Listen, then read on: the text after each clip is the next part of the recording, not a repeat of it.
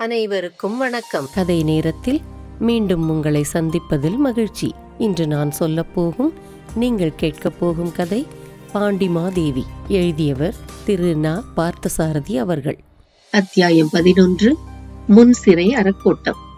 செல்வ செழிப்பும் வேளாண்மை வளமும் மிக்க அந்நாளைய நாஞ்சில் நாட்டில் மூலைக்கு மூலை, ஊருக்கு ஊர், இடத்துக்கு இடம் அரங்கோட்டங்களும் ஆலயங்களும் வழிப்போக்கர் தங்கக்கூடிய மன்றங்களும் இருந்தன. அறத்தால் விளங்கி ஆன்று கேள்வி புறத்தாய நாடு என்று புலமைவாணர்கள் புகழ்ந்த பெருமை அதற்கு உண்டு. மகாமன்னர் பராந்தக சக்கரவர்த்தியின் காலத்தில் அவருடைய தர்ம சிந்தனை மிகுந்த உள்ளத்தினாலும் மகாமண்டலேஸ்வரரின் நிர்வாக திறமையினாலும் புதிய தர்மசாலைகள் பல தென்பாண்டி நாடு முழுவதும் உண்டாயின. அப்போது தென்பாண்டி பகுதியிலேயே முதன்மையானதும் பெரியதுமான அறக்கோட்டம் ஒன்று முன் சிறையில் அமைக்கப்பட்டது. துறைமுக பட்டினமான விழிலுத்தில் பல தேசத்து கப்பல்கள் வரும் வணிகர்கள் தங்குவதற்கு முன் சிறை அறக்கோட்டத்துக்கு வந்து சேர்வது வழக்கம். கீழப்புறத்தாய நாட்டையும் மேலப்புறத்தாய நாட்டையும் இணைக்கும் ராஜபாட்டையில் கிளை வழி பிரிகின்றதொரு திருப்பத்தில் முன் சிறை நகரம் இருந்ததால் கடல் வழியே கப்பலில் வருவோர், தீர்த்த யாத்திரைக்காக வடபால் நாடுகளிலிருந்து வருவோர், புனிதம் நிறைந்த குமரிக்கடலில் நீராடி போக வருவோர் ஆகிய யாவருக்கும் எப்போதும் தங்குவதற்கு வசதி நிறைந்ததாக முன்சிறை அறக்கோட்டம் கேந்திரமான இடத்தில் வாழ்ந்திருந்தது. நாகப்பட்டினத்து துறைமுகத்தில் பாய்மரக் கப்பல் புறப்பட்ட பின் ஒரு நாள் இரவு 3ஆம் யாமத்தில் முன்சிறை அறக்கோட்டத்தில் ஒரு அதிசயமான சம்பவம் நடந்தது. சத்திரத்து மணியக்காரரான அண்டராதித்த வைணவனும் அவன் மனைவியும் அங்கேயே ஒரு பகுதியில் குடியிருந்து வந்தனர். சாதாரணமாக முதல் யாமம் முடிவதற்கு முன்பே மணியக்காரன் பிரதான வாசலை அடைத்து உட்புறமாக தாழிட்டு கொண்டு தன் வீட்டுக்கு போய்விடுவான். அவனுடைய குடியிருப்பு வீடும் உட்புறமே கட்டி கொடுக்கப்பட்டிருந்தது. முன்சிறை அறக்கோட்டத்தின் அமைப்பை மனக்கண்ணால் நோக்கி பார்த்தால்தான் நேயர்களால் இவற்றையெல்லாம் நன்றாக விளங்கிக் கொள்ள முடியும். வாருங்கள், இரவு நேரமே என்று தயங்காமல் முன்சிறைக்கு போவோம். இப்போது நாழிகை என்ன? நாழிகையை பற்றி நமக்கென்ன பயம்? இன்னும் முதல் யாமம் முடியவில்லையாதலால் அறக்கோட்டத்தின் கதவை இதற்குள் அடைத்திருக்க மாட்டார்கள். ஆ, இதோ வந்துவிட்டோம். எதிரே தெரிகிறது பாருங்கள், உயரமான மருதமர கூட்டத்திற்கு நடுவே காவி நிற கட்டிடங்கள். கோட்டை வாசல் கதவுகளை போன்ற அந்த முன்வாசல் கதவருகே யாரோ தீவட்டியும் கையுமாக நின்று கொண்டிருப்பது தெரிகிறதே. நிற்பது யார்? சற்றே அருகில் நெருங்கி போய் அவர்களை பார்ப்போம். அடடா, முதல் யாமம் முடிகிற நேரம் நெருங்கிவிட்டது போலிருக்கிறது. தீவட்டியோடு நிற்பவன் வேறு யாருமில்லை, மணியக்காரனான அண்டராதித்த வைணவன்தான். கதவுகளை அடைப்பதற்காக வந்து நின்று கொண்டிருக்கிறான். ஆஹா, இந்த மாதிரி கட்டை குட்டையான தோற்றத்தையுடைய ஆளை இதற்கு முன்பே பல தடவைகள் பார்த்திருப்பதைப் போல் ஒரு பிரமை உண்டாகிறதே. ஆமாம், இப்போது நினைவுக்கு வருகிறது. கையில் தீப்பந்தத்தோடு கதவை சாத்துவதற்காக நிற்கும் இந்த மனிதன் அசப்பில் நமக்கு ஏற்கனவே அறிமுகமான நாராயணன் சேந்தனை போல் அல்லவா இருக்கிறான். அதேபோல குடுமி, அதேபோல நெற்றியில் கீற்று திலகம், அகஸ்திய வடிவம். இங்கே மணியக்காரனாக இருக்கும் இந்த அண்டராதித்த வைணவன் வேறு யாருமில்லை, நம்முடைய சாட்சாத் நாராயணன் சேந்தனின் சொந்த திருத்தமையன்தான். முன்சிறை தர்மசாலையின் எல்லா நிர்வாக பொறுப்புகளும் இவன் கையில்தான். ஆனால் இவனையும் இவனுடைய நிர்வாகங்களையும் மொத்தமாக சேர்த்து மேய்க்கும் பொறுப்பு இவனுடைய மனைவியான கோதை நாச்சியாரிடம் இருந்தது. தன் தம்பி மகாமண்டலேஸ்வரரிடம் மிக முக்கியமான பதவியை வகிக்கிறான் என்று மற்றவர்களிடம் சொல்லிக் கொள்வதில் அண்டராதித்த வைணவனுக்கு தனி பெருமை. தன் மனைவி எப்போதாவது தன்னை கண்டிப்பது போல் இறைந்து பேசினாள். அவள் வாயை அடக்குவதற்கு அவன் பிரயோகிக்கும் கடைசி அஸ்திரமும் இதுதான். இந்த கோத, என் தம்பி இந்த தென்பாண்டி மகாமண்டலேஸ்வரருக்கு எவ்வளோ அந்தரங்கமானவன் தெரியுமா? அவன் இல்லாட்டா அவருக்கு ஒரு காரியமும் ஓடாது. அவ சுட்டு வரல அசைச்சா போதும், பெரிய பெரிய காரியங்களை சாதிச்சுடுவான்.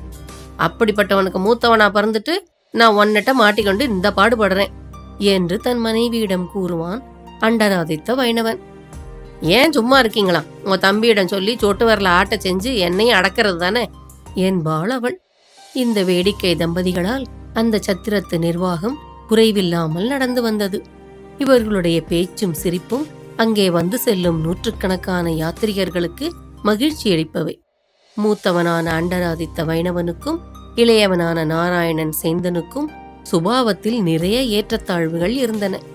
துணிவும் சாமர்த்தியமும் சூழ்ச்சிகளை பழகிய ராஜதந்திரமும் தேர்ந்தவனான நாராயணன் சேந்தன் எங்கே பயந்த சுபாவம், எளிதில் பிறருக்கு அடங்கி விடுகிற இயல்பு, ஒளிவு மறைவில்லாத எண்ணம், அப்படியே பேச்சு, அப்படியே செயல் எல்லாம் அமைந்த அண்டராதித்த வைணவன் எங்கே? இப்படி குணரீதியாக பார்த்தால் நாராயணன் சேந்தனை மூத்தவன் என்றும் அண்டராதித்த வைணவனை இளையவன் என்றும் மாற்றி சொல்ல வேண்டியதாக நேரிட்டுவிடும். போகட்டும், கதை நிகழ்ச்சிக்கு வருவோம். முதல் யாமம் முடியப் போகிற தருவாயில் அண்டராதித்த வைணவன் கதவை சாத்துவதற்காக அரங்கோட்டத்தின் வாசலில் வந்து நின்றான் அல்லவா? அப்போது தென்கிழக்கு திசையிலுள்ள கிளை வழியிலிருந்து யாரோ 2-3 ஆட்கள் சத்திரத்தை நோக்கி வருவது போல் தோன்றியதனால்தான் அவன் கதவை அடைக்காமல் தயங்கி நின்றான். கதவை அடைச்சிட்டு உள்ள வரப்போறீங்களா இல்லையா? குளிர் வாட்டி எடுக்குது என்று அதட்டுவது போன்ற துணியில் விளவிக்கொண்டே நடுத்தர வயதுள்ள கோதை நாச்சியார் உட்புறத்திலிருந்து வெளியே வந்தாள். கொஞ்சம் பொறு கோதை, கிழக்க துறைமுக சாலையிலிருந்து யாரோ ஆட்கள் வந்துட்டு இருக்காங்க. பாவம், எவராது வெளி தேசத்துல இருந்து கப்பல்ல புதுசா இறங்கி வந்திருப்பாங்க. நம்ம கதவை அடைச்சுன்னு போயிட்டா தங்குறதுக்கு இடமின்றி அவங்க திண்டாட போறாங்க என்றான். ஐயோ, என்ன கருணை, என்ன கருணை!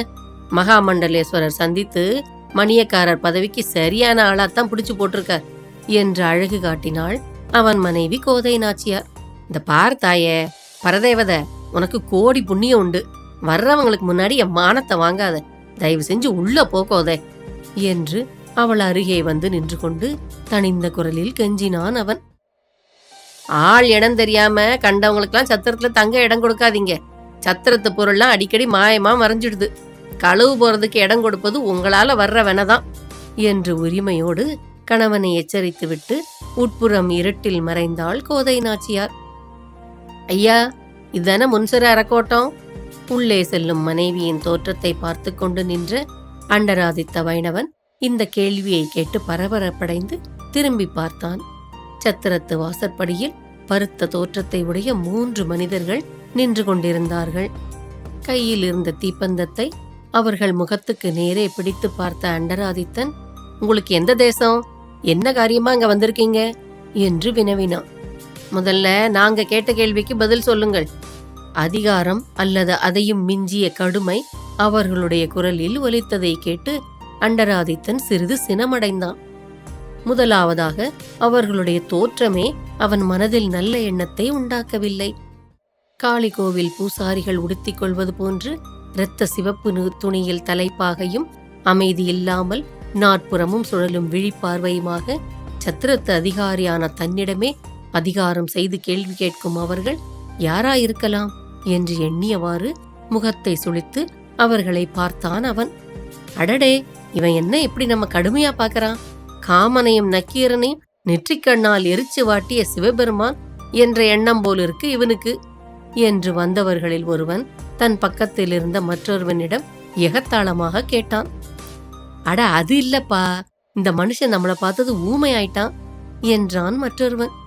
தன் கேள்விக்கு பதில் சொல்லாமலே தன்னை பற்றி தன் முன்னே அவர்கள் வாய்க்கு வந்தபடி பேசிக்கொண்டு போவதைக் கண்டு அண்டராதித்தனின் கைகள் துடித்தன. கையில் இருக்கும் தீப்பந்தத்தால் அந்த 3 முரடர்களையும் அப்படியே மூக்கு முகம் பாராமல் வாங்கு வாங்கென்று வாங்கிவிடலாம் போல் தோன்றியது. மரியாதை தெரியாத மனிதர்களுக்கு இங்கே பதில் சொல்கிற வழக்கமில்லை என்று சுட சுட பதில் கூறினான் அண்டராதித்தன். ஓஹோ, இனிமே உங்கள்கிட்ட தான் அதை கத்துக்கணும் போல இருக்கு. பண்பாடற்ற தடியர்களுக்கு இந்த நாட்டில் யாரும் எதையும் கற்பிக்க விரும்புவதில்லை. இப்படியே பேச்சு முற்றியது. அண்டராதித்தன் தான் ஒன்று சொல்ல, அவர்கள் ஒன்று சொல்ல, அரங்கோட்டத்து வாசலில் ஒரே கூப்பாடாகி விட்டது. உள்ளே ஒதுங்கி நின்று அந்த கூப்பாட்டை கேட்டுக்கொண்டிருந்த அண்டராதித்தனின் மனைவி கோதை நாச்சியார் பொறுமை இழந்து, அது யார் அங்க வந்திருக்காங்க, என்ன கூப்பாடு போட்டுட்டு இருக்கீங்க என்று இறைந்து கொண்டே வெளியில் வந்தாள். கண்களில் கனல் பொறி பறக்க வந்து நின்ற கோதை நாச்சியாரை பார்த்து, யாரா, யார் என்று நீயே வந்து கேள். இவர்கள் பேசுறத கேட்டா மனிதர்கள் பேசுவது போலயே தெரியல என்று பதில் கூறினான் மணியக்காரன். ஒரு பெண்ணுக்கு முன்னால் துச்சமான சொல்லுக்கோ செயலுக்கோ ஆளானால் அது யாருக்குத்தான் பொறுக்கும்? அப்பனே, ஒழுங்கா பேசு என்று சொல்லிக்கொண்டே கையை ஓங்கிக் கொண்டு அண்டராதித்தன் மேல் பாய்ந்தான் ஒருவன். அருகில் நெருங்கினியோ பொசுக்கி விடுவேன் பொசுக்கி என்று தீப்பந்தத்தை ஓங்கினான் அண்டராதித்தன். உடனே இன்னொருவன் இடையிலிருந்த வாளை உருவினான். மற்றொருவன் கையிலிருந்த வேலை நீட்டினான். ஐயோ, இந்த குண்டர்களிடம் எதற்காக வம்பு செய்தோம்? இவர்கள் ஆயுதபாணிகளாக வந்திருக்கிறார்களே என்று அப்போதுதான் மனதில் பயம் உரைத்தது அவனுக்கு. கொடுமை தவழும் அவர்களுடைய கண்களை கவனிக்கையில் இவர்கள் எந்த தீமையும் கூசாமல் செய்துவிடக்கூடியவர்கள் என்று தோன்றியது. இதுதானா சத்திரம் என்று கேட்டால் பதில் சொல்வானா? தீவெட்டிய ஓங்கிக் கொண்டு வர்றான் மடையன் என்று வந்தவர்களில் ஒருவன் தன் கடைசி வசை புராணத்தை வெளிப்படுத்திய அதே சமயத்தில், இதுதான் சத்திரம் ஐயா, யார் நீங்கள்? அகால வேளையில் வந்து கலவரம் செய்கிறீர்கள், என்ன வேண்டும் என்று வினவிக்கொண்டு பெண் புலி போல கணவனுக்கு முன்வந்தாள் கோதை. பெண்ணின் முகத்துக்கு இந்த உலகத்தில் எப்போதும் 2 பெரிய ஆற்றல்கள் உண்டு: பிறரை கவர்வது, பிறரை அடக்குவது. கோதை நாச்சியார் வந்து நின்றவுடன் வாளையும் வேலையும் பார்த்து பயந்து சிறிதே நடுங்கிக் கொண்டிருந்த அண்டராதித்த வைணவனுக்கு தெம்பு உண்டாயிற்று. அப்படி கேள், சொல்கிறேன். இந்த மாதிரி முரடர்களுக்காகவா சத்திரத்தை கட்டி வச்சிருக்காக என்று அவளோடு ஒத்துப்பாடினான். அம்மணி, இதுவரை இந்த அசட்டு மனுஷன்ட்ட சண்டை பிடிச்சதுதான் பலன். நீங்க ரொம்ப நல்லவர் போல இருக்கீங்க. நாங்க வெளிதேசத்துல வர்றோம். விழிஞத்துல வந்து இறங்கணும். முஞ்சிறை சத்திரத்துக்கு போனா தங்குறதுக்கு இடம் கிடைக்கும்னு சொன்னாங்க. அதனாலதான் இங்க வந்தோம் என்று குழைந்து கொண்டு பேசினான் ஒருவன். அது சரி, நீங்க 3 பேரும் யாருன்னு முதல்ல சொல்லுங்க. வர்றவங்களை இன்னார்னு தெரிஞ்சுக்காம இங்க யாருக்கு இடம் கொடுக்கறது வழக்கமில்ல என்றாள் கோதை நாச்சியார். வாசற்படியில் நின்ற அந்த மூவரும் பதில் சொல்லவில்லை. தங்களுக்குள் ஒருவர் முகத்தை ஒருவர் பார்த்து கொண்டு ஆந்தையை போல் பேந்த பேந்த விழித்தனர். ஒருவேளை நீங்க யாருன்னு உங்களுக்கே தெரியாதோ? மனைவி பக்கத்தில் நிற்கிற தெம்பில் குத்தலாக இப்படி ஒரு போடு போட்டான் அண்டராதித்த வைணவன். ஏ குடுமிக்கார சோழியா, இனிமே நீ குறுக்க பேசினா மண்டைய பழந்துருவோம் என்று சினமடைந்து கத்தினான் ஒருவன். யாரா இருந்தா உங்களுக்கு என்ன? சத்திரத்துல இடம் கேட்டா பூர்வோத்திரமெல்லாம் சொல்லித்தான் ஆகணுமா என்ன என்றான் இன்னொருவன். கோதை நாச்சியார் அவர்களை ஒருமுறை நன்றாக பார்த்தாள். அவர்கள் விவாதமும் குயுக்தியும் அவளுடைய மனதில் பல மாதிரியான சந்தேகங்களை கிளப்பின. ஐயா, உலகத்துல தங்களை இன்னார்னு சொல்லிக் கொள்ள விரும்பாதவங்க இவங்கதான். திருடினவங்க, திருட வந்தவங்க, கொலை செஞ்சவங்க, கொலை செய்ய போறவங்க, வாழ்ந்து கெட்டவங்க அல்லது மானம் இழந்தவங்க, இந்த வகையை சேர்ந்தவங்கள் தான் தங்களை இன்னார்னு சொல்லிக் கொள்றதுக்கு நாணம் அடையணும் என்று சொல்லிவிட்டு குறும்புத்தனமான சிரிப்பொன்றை நெளிய விட்டாள் அவள். என்ன சொன்ன? எவ்வளவு திமிர் உனக்கு என்று சொல்லிக்கொண்டே 3 பேர்களும் சத்திரத்து வாசற்படியின் மேல் ஏறினர். ஆமா சொன்னேன், சோத்துக்கு உப்பு இல்லைன்னு. சே, போங்க வெளியே என்று சொல்லிக்கொண்டே கணவனை உட்புறம் இழுத்துக்கொண்டு முகத்தில் அரைந்தால் போல் வாசக்கதவை படீரென்று அடைத்து தாழிட்டாள் கோதை. கதவு முகத்தில் இடித்து விடுமோ என்ற பயத்தில் அதிர்ச்சி அடைந்து பின்னுக்கு நகர்ந்த மூவரும் வாசற்படிகளில் தடுமாறி நிலை குலைந்து விழுந்தனர். அயோக்கிய பெண் பிள்ளை, என்ன பேச்சு பேசிட்டா என்று கருவிக்கொண்டான் ஒருவன். வரட்டும் வரட்டும், எங்க போயிட போறா? நம்மளும் சில நாள் இந்த பிரதேசத்துல தானே இருக்க போறோம். இந்த அம்மனியா கவனிச்சுக்கலாம் என்று சூளுரை கூறினான் இன்னொருவன். அந்த ராணியை தீத்துட்டு போற போக்குல இந்த சத்திரத்து ராணியும் தீத்துற வேண்டியதுதான் என்று பல்லை கடுத்தி கொண்டு உரிமை 3ஆம் அவன். அப்போது மேலே இருந்து 3 பேர்களின் தலையிலும் அருவி கொட்டுவது போல் மாட்டுச்சாணம் கரைத்த தண்ணீர் விழுந்தது. திடுக்கிட்டு மேலே பார்த்தனர். மேல் மாடத்தில் அந்த பெண் கோதை கலகலவென்று சிரித்துக்கொண்டு நின்றாள். அவள் தன் கையில் இருந்த செப்பு கொப்பரையை அவர்கள் தலைகளுக்கு நேரே கவிழ்த்தாள். அந்த 3 ஆண் பிள்ளைகளின் நரம்புகள் யாவும் முறுக்கேறி துடித்தன.